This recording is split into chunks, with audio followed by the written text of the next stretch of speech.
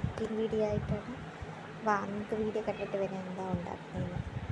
അത് ബോംബെ കറാച്ചി ഹൽവ.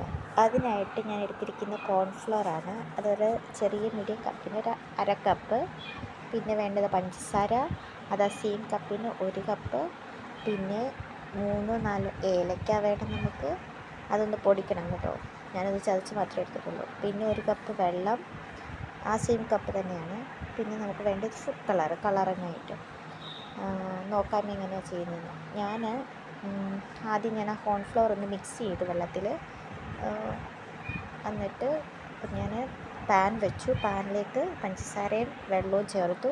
അതൊന്ന് മിക്സ് ചെയ്തു. എന്നിട്ട് അത് കുറുകുന്ന വരെ ഇളക്കണം. അതിനുശേഷം ഞാൻ അതിലേക്ക് കളർ ചേർത്തു. കണ്ടില്ലേ, റെഡ് കളറാണ്. അത് ഇളക്കിക്കൊണ്ടിരിക്കുക. അതിനുശേഷം ഞാൻ മിക്സ് ചെയ്ത് വെച്ചിരിക്കുന്ന കോൺഫ്ലോർ ചേർത്തു. കണ്ടില്ലേ, ഇതിങ്ങനെ കുറുകി വരുമ്പോൾ നല്ല രസമാണ് കാണാൻ കേട്ടോ. ജെല്ല് പോലെ അതിങ്ങനെ കുറുകി വരുന്നുണ്ട്. അപ്പോൾ അതിനുശേഷം ഇങ്ങനെ കുറുകി വരുന്ന സമയത്ത് അതിനകത്ത് ചേർക്കേണ്ടത് നെയ്യാണ്. ഒരു 3 സ്പൂൺ ഞാനൊരു 3 സ്പൂൺ നെയ്യ് ചേർത്തു. കണ്ടില്ലേ, നെയ്യ് ഒഴിക്കുന്ന വീഡിയോ എടുക്കാൻ പറ്റിയില്ല. കണ്ടില്ലേ, ഇളക്കിക്കൊണ്ടിരിക്കുകയാണ്.